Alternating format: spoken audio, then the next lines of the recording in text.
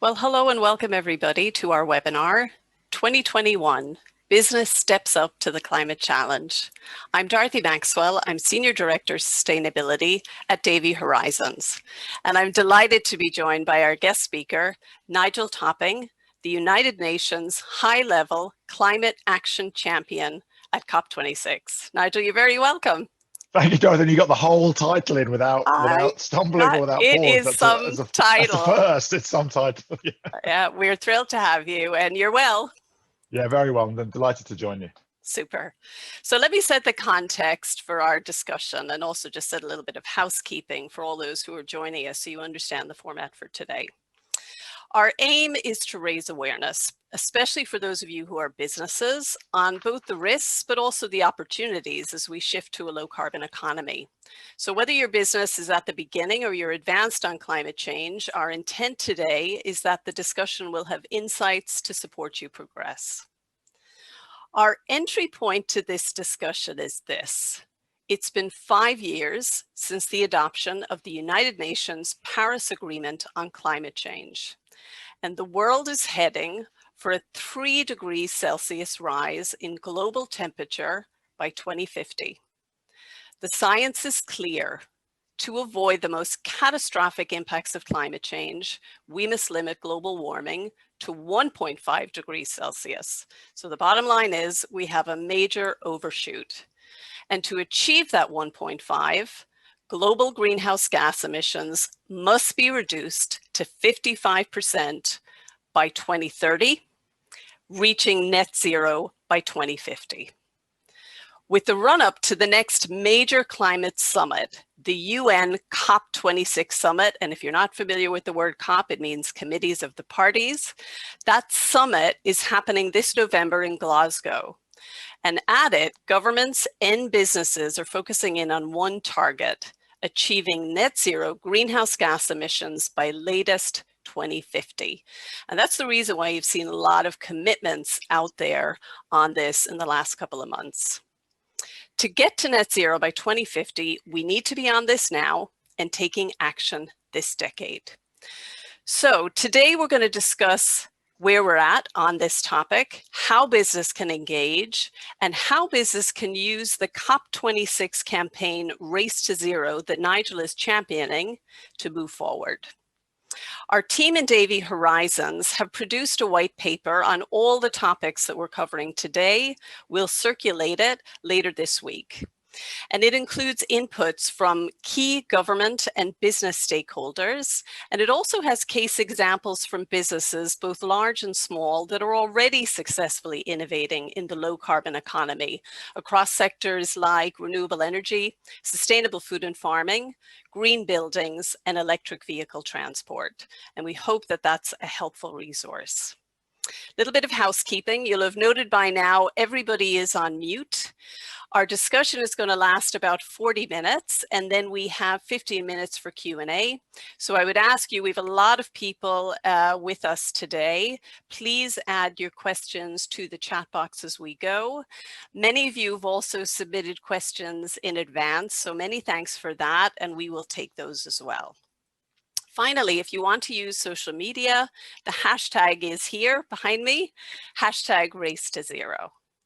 Okay, Nigel, I'm going to introduce you to our audience because you have a very impressive resume. Not only are you the current UN High-Level Climate Action Champion, I got it again, but previously you've been CEO at We Mean Business, and you've been driving climate action in some of the world's most influential businesses for years. You've also been executive director at CDP, over 20 years now, driving disclosure across carbon, supply chains, water, forests. You have 18 years experience yourself in the private sector, and you're also on some very influential committees like the Energy Transitions Committee. So knowing you for many years myself, Nigel, I have to say COP26 is incredibly lucky to have you. Tell us about the Race to Zero business campaign that you're championing there. Great. Well, thank you, Dorothy, for that very kind introduction. So this long title that I have, I should explain that the role was created as part of the Paris Agreement because the 190 plus countries who signed the Paris Agreement, in that process recognized, I think this is important because there's a real humility in this, the countries, the national governments recognize this is such a big deal, they can't do it on their own. So they asked each country who comes in as president of the process, like many multilateral processes, as a different country presides over each year. So this year it's the UK, to appoint somebody with this fancy title, but to be responsible for working with everybody else who's not a national government. So what the UN system calls non-state actors, so businesses, investors, cities, and regions, to drive ambition and action. And so I'm working with Gonzalo Munoz, who's the Chilean high-level champion, because Chile are the presidents of COP25. And then after COP26, I'll work with an African high-level champion, because an African country, we don't know which yet, will run COP27. But you're right, this is the big deal, COP26, because it's the first real test of the Paris Agreement.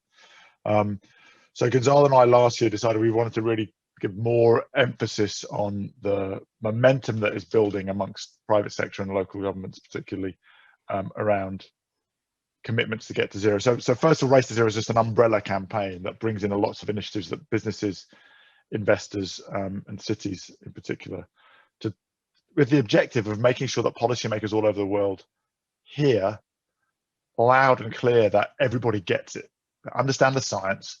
We know now this is an inevitable transition, because we know macroeconomically it's much better for us to make the transition than to not make it. As we say, the cost of action is much less than the cost of inaction.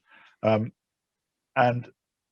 momentum has built in the last 2 years since the scientific report in 2018, which looked at the difference between getting to net zero in 2050 and getting to net zero in 2070. And basically it said in the starkest terms, every year means more economic damage and more human suffering around the world. So what we're trying to do with the Race to Zero is very simply motivate as many people as possible to say, we're in the race, we're committed, but in a rigorous way, because as with all bold statements in life, they can be meaningful or they can be flaky. So what we do is we've got quite a rigorous process with some scientific experts of only including in the campaign initiatives which meet 4 criteria. First of all, they require companies, in this case, to set a clear long-term target to get to net zero by 2050 at the latest. We call it a race for a reason. I'll come back to that about how much faster I think we might be able to do it. That they then make a plan for the short term. So it's not a CEO. You know, if I was a CEO of a business today, age 55, then making a commitment for 2045 would be something that I'd be passing on to probably 3 CEOs down the line, right? So it's pretty meaningless. But if I say this is what we're going to do in the next 4 years by 2025 with a plan and capex and operational measures, then you can hold me accountable to it. So it's a long-term pledge and a short-term plan, and then the commitment to get on with it and to publish progress. We call those the 4 Ps: pledge, plan, progress, and publish. Perfect. That's clear. And so we've got, and so far there's, I mean, the momentum is really incredible. I think everybody's realizing that the science is now really clear.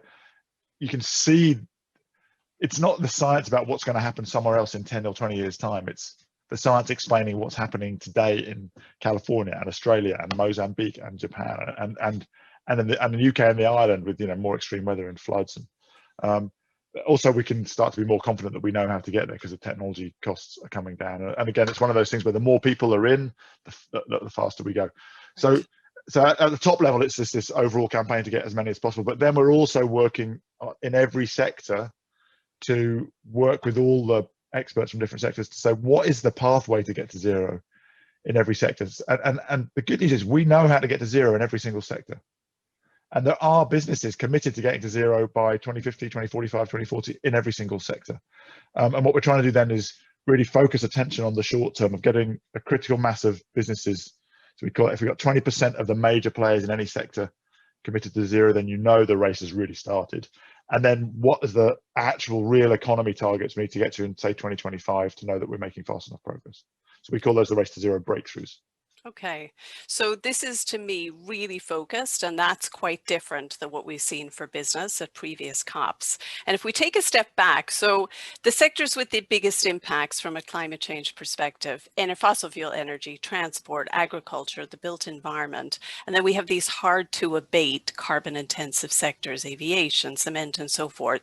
You talked about the breakthroughs and trying to speed up and scale the change for particularly those hard to abate sectors? Break that down a little bit more for us. What's available through Race to Zero for those sectors? How does it work? So let me use two different examples to kind of illustrate that the fact what we know, that different sectors are at different stages. So what we try and do is put the S curve at the heart of this narrative, because we know, because we've seen this movie 100 times before, that industrial transformation doesn't follow a straight line, it follows an S curve. It takes forever to get going, then it goes exponential, and then it reaches market saturation. So whether that's from horses to cars, or from valves to transistors, or from landlines to mobile phones, we've seen that movie.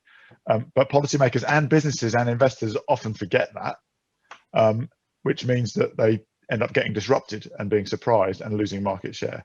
So you can see that with electric utilities, very mature now. A lot of value was lost by investors not seeing that coming. So we end up having to split electric utilities into good co, bad co, and you've got now a new set of electric utilities.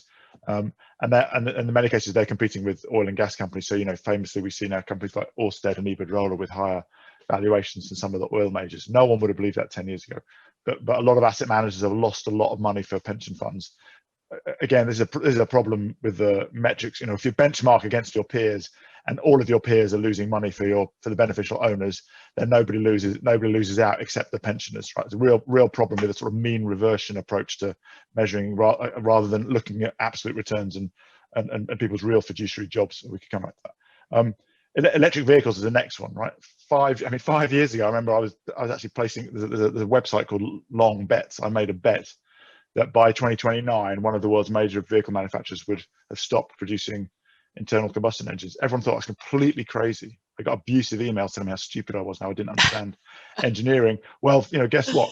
Volvo have just said 2030, Ford in Europe 2030, GM 2035. So that's because people underestimate the power of innovation and all these feedback loops between policy, consumer demand, technology, growing confidence, so that we go up that S curve. So, and then another example would be green hydrogen, which is way earlier, right? So that's not like but growing quickly, and a lot of discussion about it. A lot of discussion about it. But to try and really focus that, we launched the Green Hydrogen Catapult last year with 7 majors. Some energy, like also Yara, fertilizer company, know a lot about hydrogen and ammonia. So in terms of being really focused on a breakthrough, we need to get to 25 gigawatts of green hydrogen electrolysis to get to about $2 a kilogram green hydrogen, which then makes green hydrogen competitive with fossil fuels for certain applications. So it's that degree of focus that we need. Like, what do we actually need to deploy? And then from that, you can work back in how much capex do we need, and what policies do we need, and and you can start to add up all the commitments, and have we got enough momentum in the pipeline to feel okay that we're going to get. So we try and do that for every sector. Okay, so you're bringing the actors together. You're providing the blueprint, the playbook for them to scale. Yeah, and what interestingly, under a sort of global industrial economy that was dominated by sort of Reagan Thatcher economics of just leave the market to sort everything out, where industrial strategy was kind of a sort of communist plot, right? We're seeing the industrial strategy is back in fashion, because countries are realizing that if you don't direct development of your industry, then those who do direct it will win, especially in a time of disruption. And what we're also seeing come back in fashion is collaboration. We see this in technical sectors who have very fast innovation cycles. So like telephony, I always use the example, we're moving from 4G to 5G, but that industry has already defined the 6th generation of technology and is working on what the 7th generation will be. And that's what we're seeing across steel, cement, shipping, is that actually whole sectors need to agree the kind of pace and shape of the major milestones of technical development, so that we can actually pre-competitively agree that, and therefore move faster together with less risk for everybody. That's why, for example, you see even BP and Shell calling on the UK government to ban combustion engines early, because people want to get rid of the uncertainty, because uncertainty means wasted capex, right? When you know there's a disruption. you get the right market conditions. Okay, Yeah. so let's take a step back for people who are joining us today who may not be familiar with the term net zero. When we talk about this concept of reaching net zero by 2050, it sounds daunting. It sounds very far away. How do you articulate net zero emissions? Well, the main thing to understand is basically for most people it means zero. Don't get too excited about the get out of jail free card of net. So let me explain that. So it comes from the fact that some of our economic activity we don't currently know how to eliminate greenhouse gas emissions. The classic would be livestock rearing, where ruminants produce methane. People like to joke about it's mostly burping, not farting, but it's methane. And methane is a very powerful greenhouse gas. It's much more powerful than carbon dioxide. So unless you stop all of that, which we might reduce livestock rearing globally, because it's a cause of a lot of emissions, but we're not going to reduce it to zero. Then Paris says we have to get to a point where the emissions are balanced by sinks. In other words, whatever is left being emitted has to be drawn down. And there's two ways of drawing it down, or of negative emissions. One is natural, so through sequestering in soil or growth of biomass. Through the natural process of photosynthesis and then not burning or using stuff. And the other is technical, through taking CO2 out of an exhaust pipe of a cement factory or a steel factory and embedding it in another material or in geologically sequestering it. And there's lots of carbon capture. What we call carbon capture in use or storage. And again, there's lots of quite strong views about the extent to which that's possible or necessary. Actually, and you mentioned the Energy Transitions Commission, which I stepped down from now since I took this role, but still I think continues to be one of the best sources of technical insight. It's a commission with about 50 CEOs, mainly of energy and heavy industry, cement, steel, plastics, etc. So they've been reducing their expectations of what we're really going to need to draw out of that. That's why I say for most people it's zero, because we can get to. So for power, we can make all the power we need through means that produce no CO2. So it's not net zero, it's zero. Transport, we can produce all the transport we need through means that either electrified or use green hydrogen. So it's zero, it's not net zero. There are some processes which we don't, steel is challenging, but we think we know how to decarbonize that fully. Some of the, as I say, some of the sort of food production processes. So the first thing is it's about absolute reductions to get as close to zero as possible. And in some cases, there will be a residual where we need to make sure that there are other things happening which offset them, which draw carbon out of the atmosphere so that we do get to zero. Actually, in the second half of the century, we need to get to a point where we're reducing the amount of CO2 in the atmosphere, because of course, even at 1.5 degrees average, that's going to be 3 degrees over land. That's already pretty bad news for a lot of parts of the world agriculturally. True. So we're gonna need to go, peak at 1.5, and then I think in the decades and centuries to come, be figuring out how to draw more down so we go back to that sort of sweet spot. Yeah, I don't know if you like the bathtub analogy. I'm reading Bill Gates' book at the moment, Avoiding Climate Disaster, and I see he harks back to the old climate scientist analogy. If you think of the bathtub, it's like the climate, it's already got too much greenhouse gases. We've got to turn off those taps and we've got to pull the plug. Actually, that's where we're heading. It's a great analogy. Yeah. We got but it's about stocks and flows. So even if we get the flow to zero, we need to reduce the overall stock. So let's talk about COP26. And if listeners are not familiar with the Paris Agreement on climate change, what happens is that governments set what are called nationally defined contributions. And basically now they're all around net zero by 2050. And it's really interesting with the Americans now back in the Paris Agreement, as I understand it, Nigel, we have about 75% of global GDP from a government perspective now committed to net zero. But it's still very clear governments can't do it alone. We need these other actors, hence the race. Well, we should just clarify that, as you say, Paris requires countries to set these national plans and then to revise them every 5 years. That's the reason why COP26 is so important. It's the first test of Paris. Like, will that ratchet process? So that when you add up the plans from Paris, they come to like 3.2, 3.4 degrees, you know, like blasting way through the targets. And that was kind of understood, but this is the first test, like, do we come down and how far? And you're right that we have sort of nominal commitments from 70+%, but not detailed. So the US hasn't yet submitted its revised plan, nor has China, nor has India. So there's a lot of diplomacy. The UK said 68%, EU has, the UK said 55% by 2030. So these are the sort of shortish term plans in the context of getting to zero by 2050. But those three major emitters, the biggest emitter in the world, China, the second biggest emitter, USA, and one of the and the most populous country in the world, India, have not. So there's a lot of diplomacy to be done. And then there are some laggards who've, you know, like Australia, who've are probably going to be getting a lot of visits from the new special envoy for the Biden administration, John Kerry, because they've been really quite recalcitrant historically and at a national level, although locally and business-wise they've been much more positive. So yeah, so a lot of work to do. We've got good headline commitments, but they need to be turned into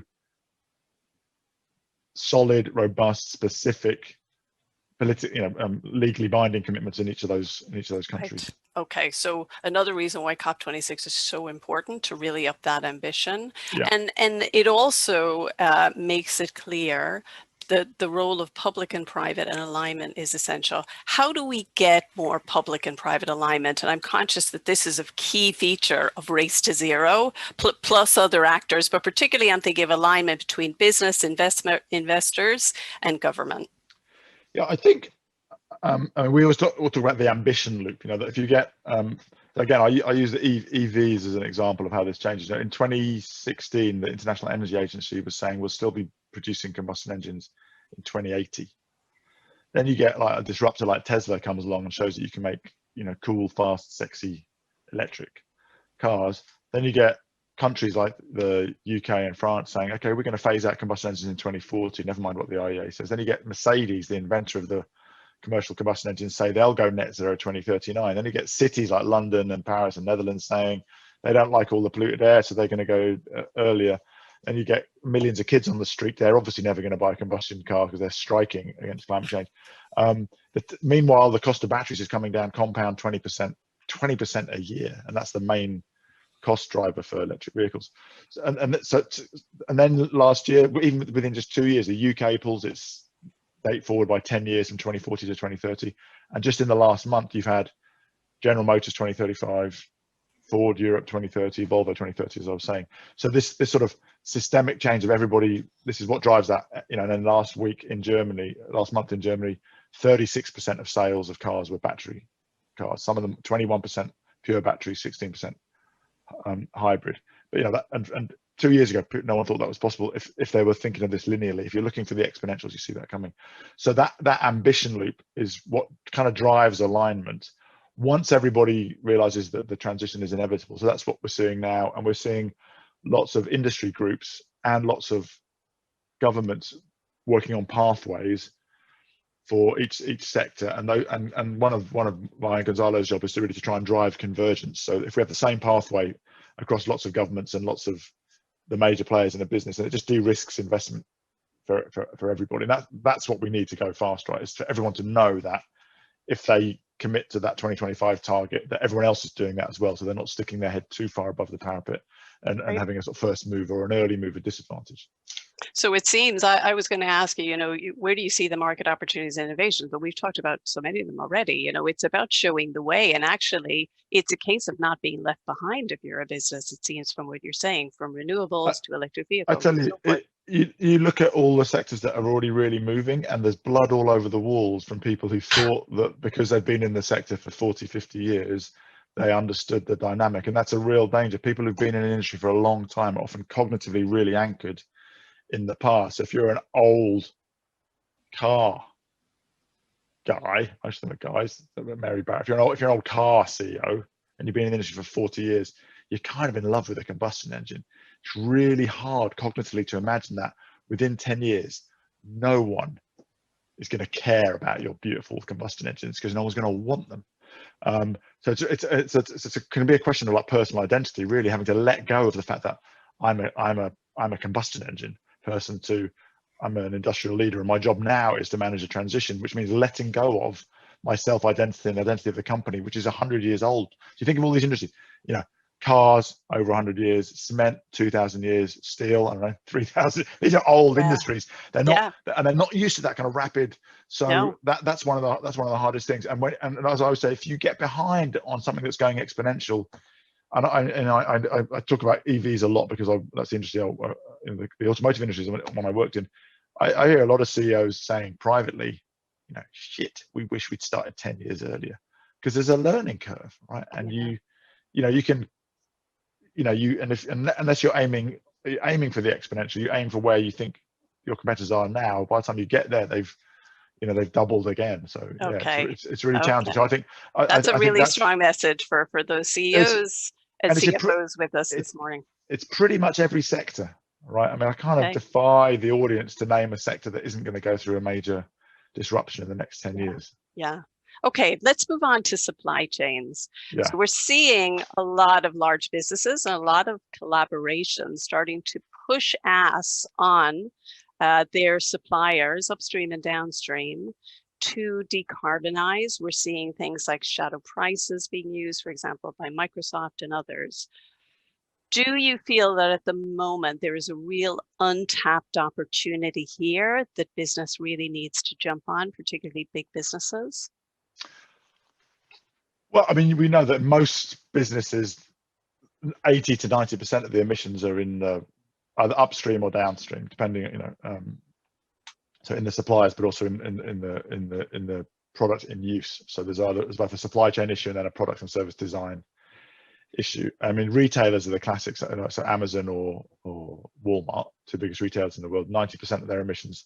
Now they're both committed to net zero. So if you're in their supply chain and you're not committed to net zero, you're just waiting for a knock on the door from the buyer saying you're off the list.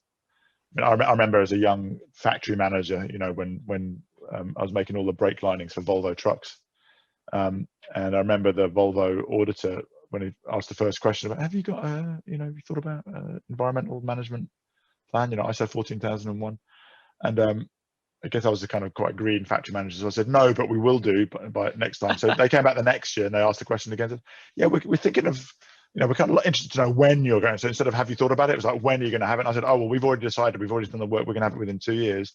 Then they come back the next year and we were the first plant in the group to have that, and they were like, okay, well, that's good, because we're going to make this a procurement requirement in 2 years time. So, and that's the way we all work in procurement, right? We give people an indication of the direction we're going in, and then over a period of a few years that becomes a procurement requirement. So actually it's a really great opportunity for people in SMEs in global supply chains to innovate, to win market share, right? And I remember when you mentioned CDP, I did some work with Walmart like 14 years ago, when they started looking at, they realized only 10% of their emissions were in their own operations, sort of stores and transport basically. So they would have to engage with suppliers, and we did a little pilot with about 30 suppliers, and it was the smaller suppliers who engaged much more positively with it because they saw it as an opportunity, whereas the big suppliers were a bit like, oh, you know, Walmart. And they're agile. That's great. And they're agile. We know that, right? Often the innovation comes from the SMEs. So I think it's a great opportunity for agile businesses of all types, but particularly SMEs. Okay, fantastic. Let's move on to finance. So we can definitely see that investors are becoming one of the most demanding voices from a climate change perspective, and of course wider environmental, social governance, so-called ESG issues. Disclosure via schemes like CDP are standard. The TCFD climate finance disclosure is going to be a big topic for discussion at COP26. We see all over the press in Europe today about the sustainable finance regulations that are coming down the road, the SFDR this month, to regulate the financial industry and their packages of what is sustainable and green and so forth. What does good look like if you're a business nowadays from the investor perspective with all that going on?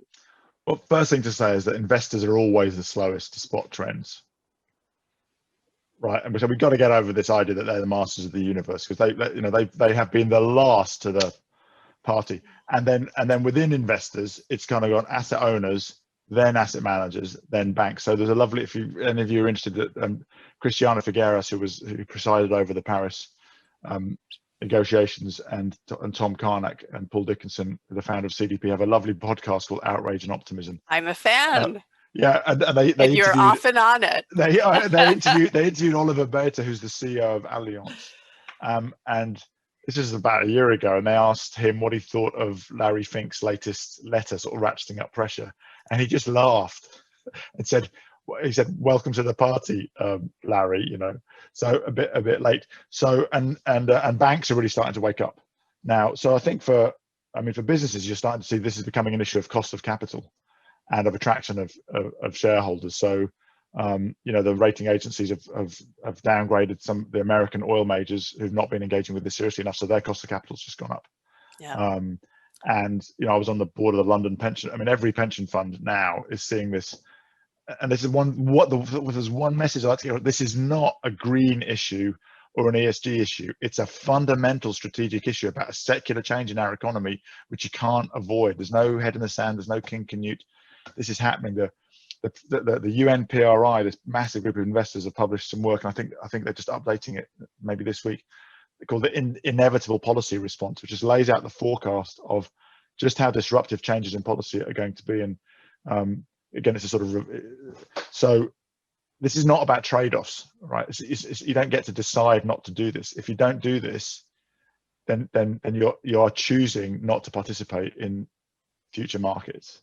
Yeah. There's no safe haven where you can just hunker down and be a coal person or a combustion engine person or a intensive meat production person. All those industries are being disrupted to zero. Yeah. or to niche. It's like I mean, we still have sort of steamroller fates on Sundays in the summer where a few people in flat caps burn coal and drive steamrollers, right? If you want to base your industry on that future, then it's going to be a very small niche. And of course, the financial services sector wants to manage risk. They want to avoid stranding. They want to increase their return in this new economy. So all the incentives are there for them as well. So yeah, business needs to bear all that in mind. So as you mentioned, the Outrage and Optimism podcast with the amazing Christiana Figueres, as you say, she's the architect of the Paris Agreement. If anybody out there hasn't listened, it is fun and it's very informative. You had a recent Race to Zero feature in that podcast, and you talked about not being optimistic on the global finance that needs to be mobilized, particularly for climate resilience. And I know today so far we've been talking mostly about what we in sustainability call mitigation, reducing greenhouse gas emissions. But you talk about a 4 trillion per annum figure that is needed.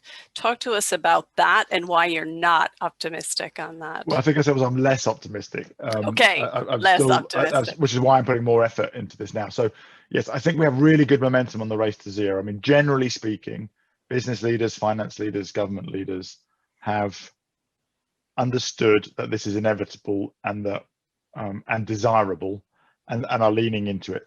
Still not enough momentum, but you can see that ratchet process happening all the time, and a lot of people, a lot of really smart people, really focus on it. The Paris Agreement is a 3-legged stool. It says we've got to get to zero, but we've also got to address the need to invest in more resilience in many communities around the world who face heightened risk because of the amount of climate change that's already locked in, that we're already seeing and will get worse because there's a time lag. And it talks about the means of implementation, which mainly means money, right? That's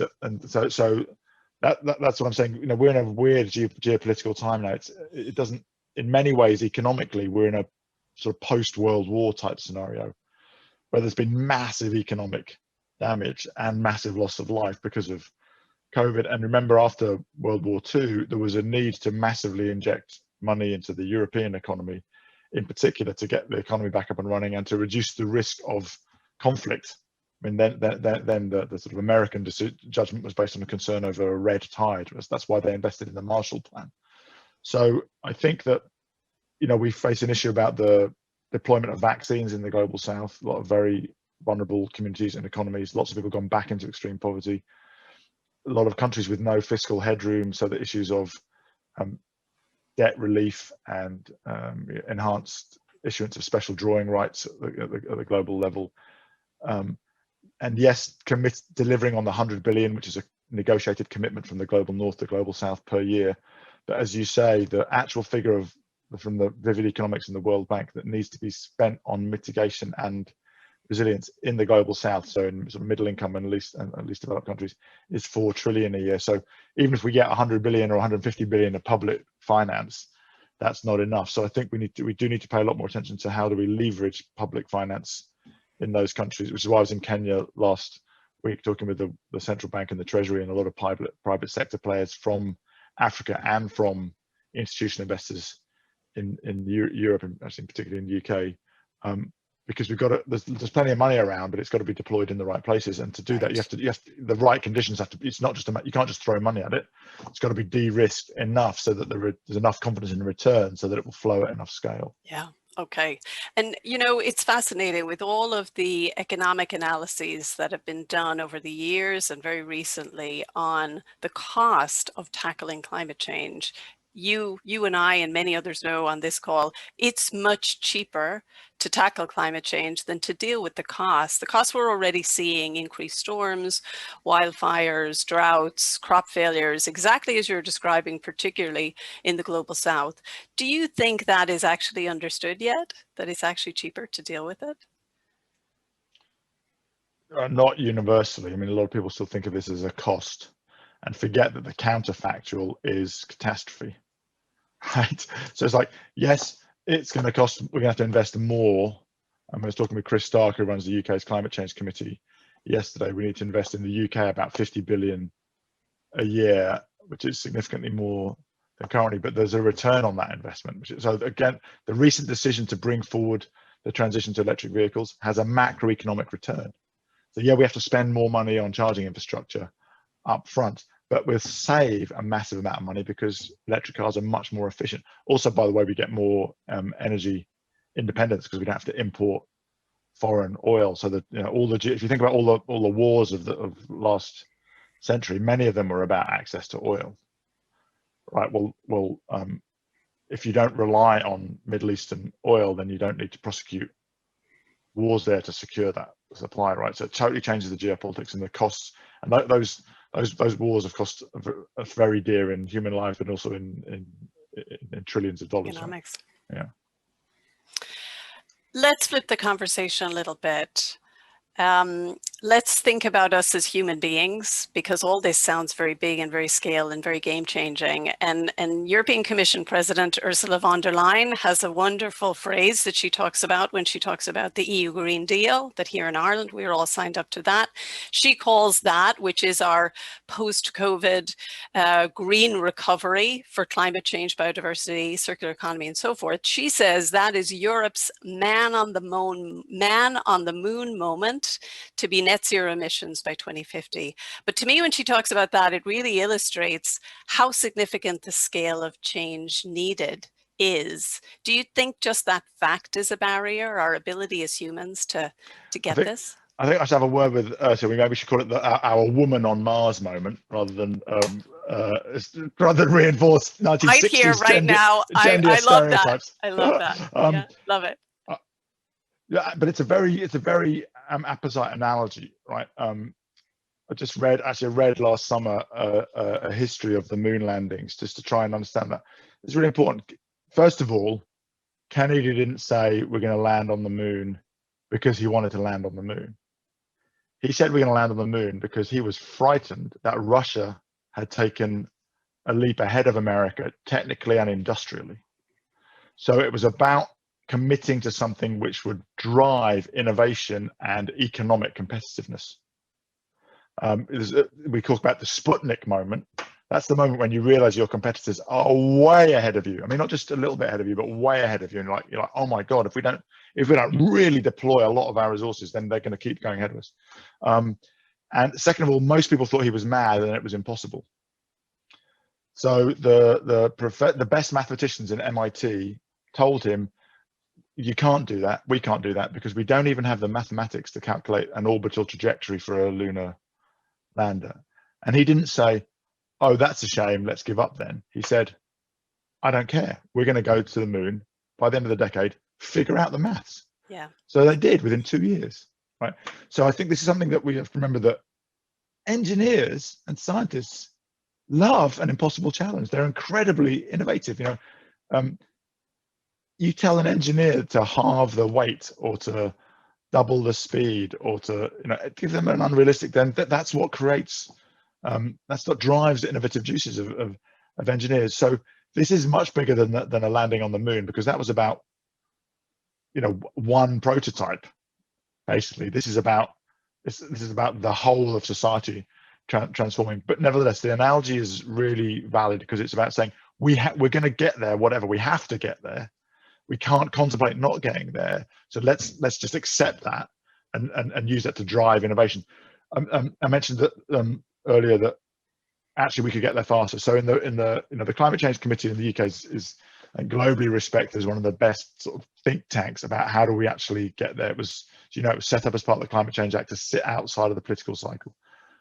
So they've just made recommendations to the UK on the sixth carbon budget, which is what's got us to 68% reduction in our NDC by 2030. But this is the first time that they had to do that in the context of a legal target of 0 by 2050, which the previous Parliament had made as a commitment. So in their report, they look at various scenarios, and they've chosen the central scenario, which gets to net zero by 2050.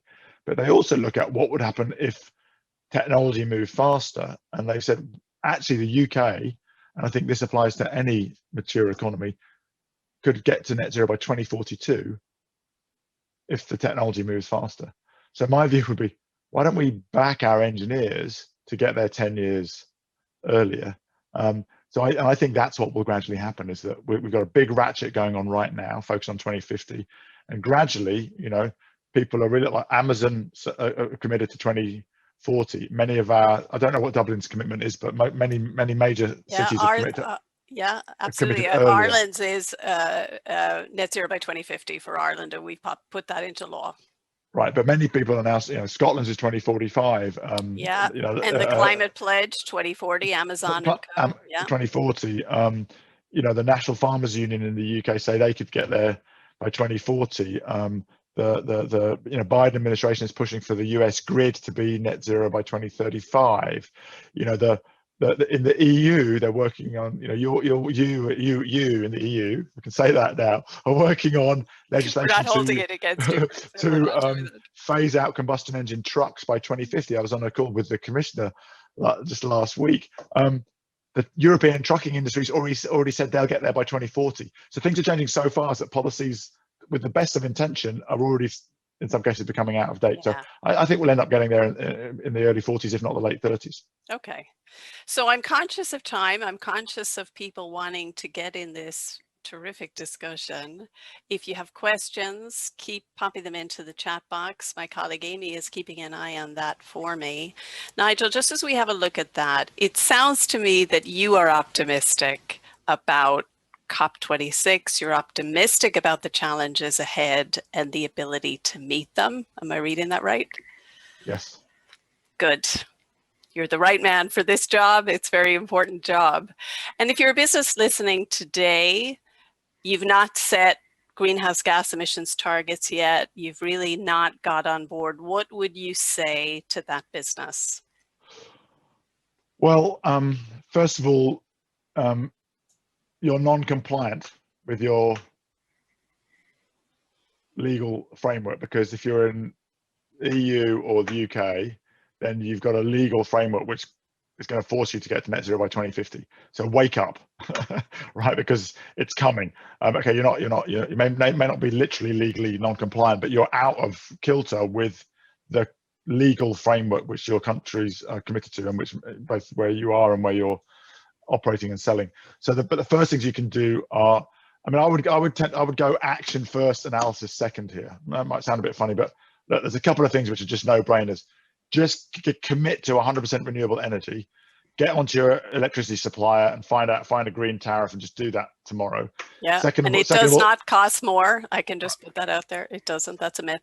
Second of all, commit to transitioning your entire vehicle fleet to electric vehicles within 5 or 10 years. If you want help to do that, there's 2 great initiatives which the climate group run. One called RE100, over 200 companies well down that track of moving to 100% renewables. They can help you.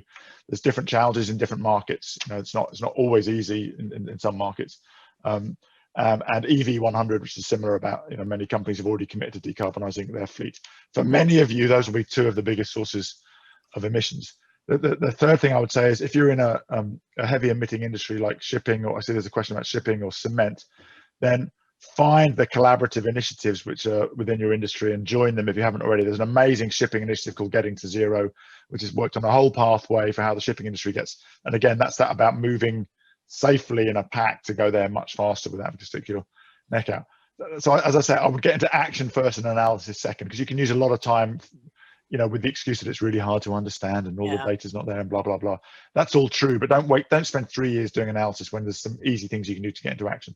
Absolutely. There's organizations like We Mean Business and the International Chamber of Commerce and the World Business Council who are all, so lots of people there who can help you.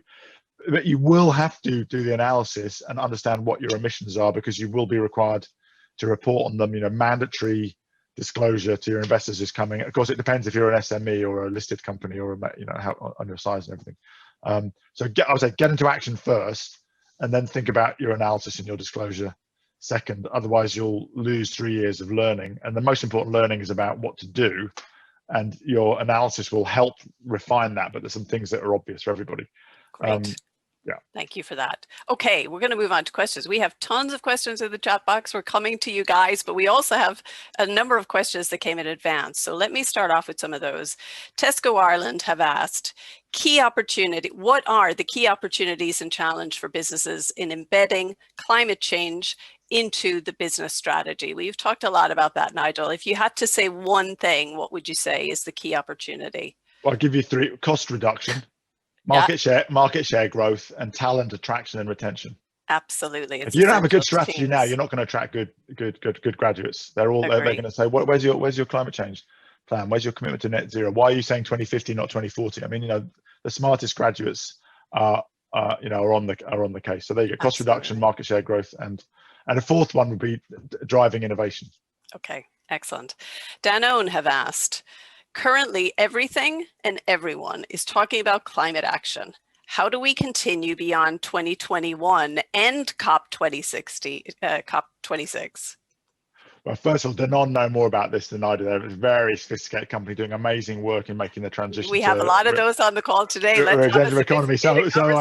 But it's a really good point, right? So I think first thing is, to a certain extent, I think we have to accept that there is a rhythm to attention, and that's built into the Paris mechanism. So, but I think I think that there won't be as much global attention on COP27, which is going to be in Africa next year, as there is on COP26, because it doesn't have that such a high international profile. But I think that I do think one of the things we're trying to do in Glasgow is really shift the focus from all the long-term targets to what are we doing in the next 5 years, and I do think that that's something which particularly sort of B2C companies can use to really engage with their millions of customers by telling the story of the progress that they're making, what they're committed to, and how it affects. And I think the interesting thing about the food sector, of course, is this is about climate and biodiversity very much hand in hand. And in many ways, the nature narrative is an easier one to engage with most people on, because it feels less abstract than climate. So I would say, embedding it in your business model and embed it on your consumer-facing communication, so that one of the challenges for ordinary citizens is it's very hard to feel any agency on this. It's so big, it's so overwhelming. I'm just one of 8 billion people. But I think if B2C companies can, in their consumer communication and their advertising, help give people a sense that through their decisions of what to eat, what to buy, they are contributing, they have some agency, and they are contributing to this regenerative future that we're all trying to build. Yes, give the consumer power. Absolutely. Okay, we have an excellent question from our climate finance division in the Ministry of Finance here in Ireland. And it's asking, how can Ireland and the UK build on their strong links to further develop the sustainability agenda in the run-up to COP26? Great question. I mean, I think there's some really solid building blocks, and forgive me for not, no, you know, I've got a reasonable idea of what the UK is doing, but I'm not so familiar with what Ireland's doing. But I think again, it's one of the things where the convergence is really helpful. So, you know, converging on making TCFD disclosure mandatory, you know, convergence on issuing green bonds, convergence on embedding climate change into the mandate of central bank, convergence on stopping the use of export credits to invest in fossil fuels overseas. Those kind of, you know, international convergence on international standards of putting climate change into every financial decision are really helpful. And I think increasingly they're as asset owners in particular realize there's a, you know, who often think of themselves as universal owners, like they're invested in the whole economy. I think increasingly they realize that those kind of moves are the ones which de-risk economies and make it more likely they'll invest in those economies and in companies that are investing in those economies. Okay. I mean, there are other things like, you know, that I think we need more kind of green investment banks, so that there's a, you know, that's the kind of thing that national governments can do to help really direct the infrastructure spend into the infrastructure that is going to deliver the zero carbon future, and not infrastructure that's going to lock in. And I think the last thing I say is just to be really front and center about the job creation capability, and particularly in any COVID recovery measures, you know, like to make sure that we've got smart conditionality around COVID recovery measures. So we're not just investing in the old technology and the old economy, and we know that, you know, every $1 million invested in the green economy is going to generate 3 times as many jobs as investing in the brown. So, you know, with jobs and economic recovery front and center of every Treasury's responsibility, then tilting all the recovery towards future jobs rather than old jobs which will become stranded jobs is going to be really important. Absolutely. And I think there's a very interesting one where we punch above our weight here in Ireland with respect to renewable energy. We're already coming up on 40% of renewables on our very modern grid, and it's an island of Ireland grid, so it's a north-south air grid, and we have a target to be 70% renewables by 2030. Mostly the investment has been in onshore wind, offshore, a huge amount of planning going on to implementation funding. It's a great example of policy, capital markets coming together and enabling that. So that, I think, has been already a really nice example where we've had good engagement across the island. Okay, yeah. I'm getting to some of these amazing questions that have come in the chat box. So a great one from Sustainable Energy Authority of Ireland asking about the recent International Energy Agency study that showed global emissions rebounded already post-COVID. We saw that recently in the news to 2019 levels, and that's despite all of this talk of a green recovery and so forth post-pandemic. And the question is, should we be looking at the more immediate term in terms of demonstrable action rather than this focus on the long term, the net zero 2050, to really get traction because of that fact? I mean, absolutely. As I say, the focus should be on actions in the next 5 years consistent with getting to zero. We can talk about the 2040s forever, but if we don't act now, by 2030 it's too late. Yeah. So yes, and so I think we're that's why we've launched these we've launched these race to zero breakthroughs, which are focused on the next 5 to 10 years, because those are the conversations we will be having in Glasgow. Is what are people doing now? What are they doing next year? So it's really an action COP rather than an abstract long-term planning COP. Right. So it's now 2021 to 2030. It is this decade in terms of those low carbon pathways. Okay. And we have some great comments in about greenwashing, obviously to be avoided at all costs. What we're talking about here is credible, rigorous action. But the whole concept of net zero versus Zero, zero, the real zero is being made very well here. And absolutely, that's the truth. And I think we covered that when we were talking about what is net zero. And for businesses, that the gold standard is a science-based targets initiative. That's what is very much embedded in the race to zero, and they require people to reduce emissions in line with the science and only rely on offsets for any residual emissions at the end of that journey. That doesn't stop people buying high quality offsets now in addition to the reductions, but it's not an alternative. Yeah, absolutely. And we couldn't agree more here. We're very big fans in Davy about the science-based target initiative. And I would add to a 1.5 degree scenario. Yeah. Very, very important. And that's what you need to do to join the race to zero. So that'll be. I should have said that first, shouldn't I? Given that it's a campaign that I'm running, is that the first action everyone should take is join the race to zero. Very good. Okay. What progress are we seeing in the shipping industry? And you mentioned this briefly. Can you tell a little bit more? We've had quite a breakthrough there. Really interesting. So first of all, there's a great collaborative initiative called the Getting to Zero initiative, which is run by the International Maritime Organization and the Global Maritime Forum. I get my three-letter acronyms wrong. As part of the Mission Possible platform, which is a partnership between the Energy Transitions Commission, the World Economic Forum, Rocky Mountain Institute, and We Mean Business. So they're working on a pathway. And they've just agreed that that 5% of international shipping needs to be zero carbon by 2030. That doesn't sound very ambitious, but you have to design, build, test, and deploy the ships. And we haven't got any international ships that are net zero at the moment.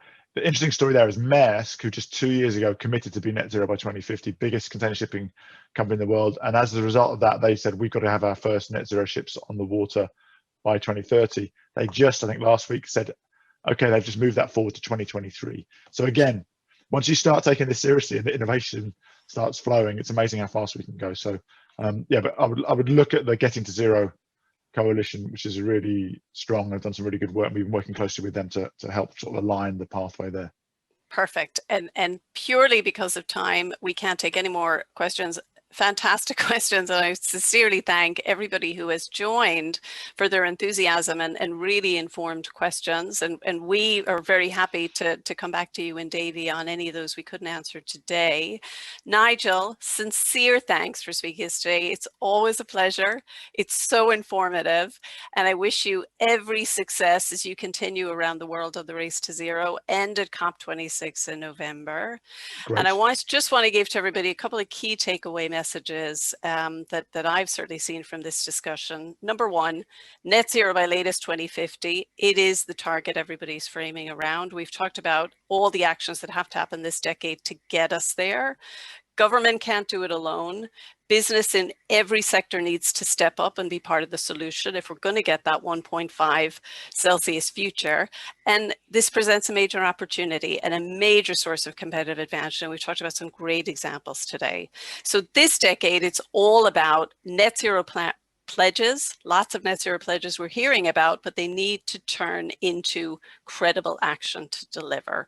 And if you're not yet engaged, the Race to Zero campaign we've been talking about is an excellent entry point, and there's plenty of resources that can support you.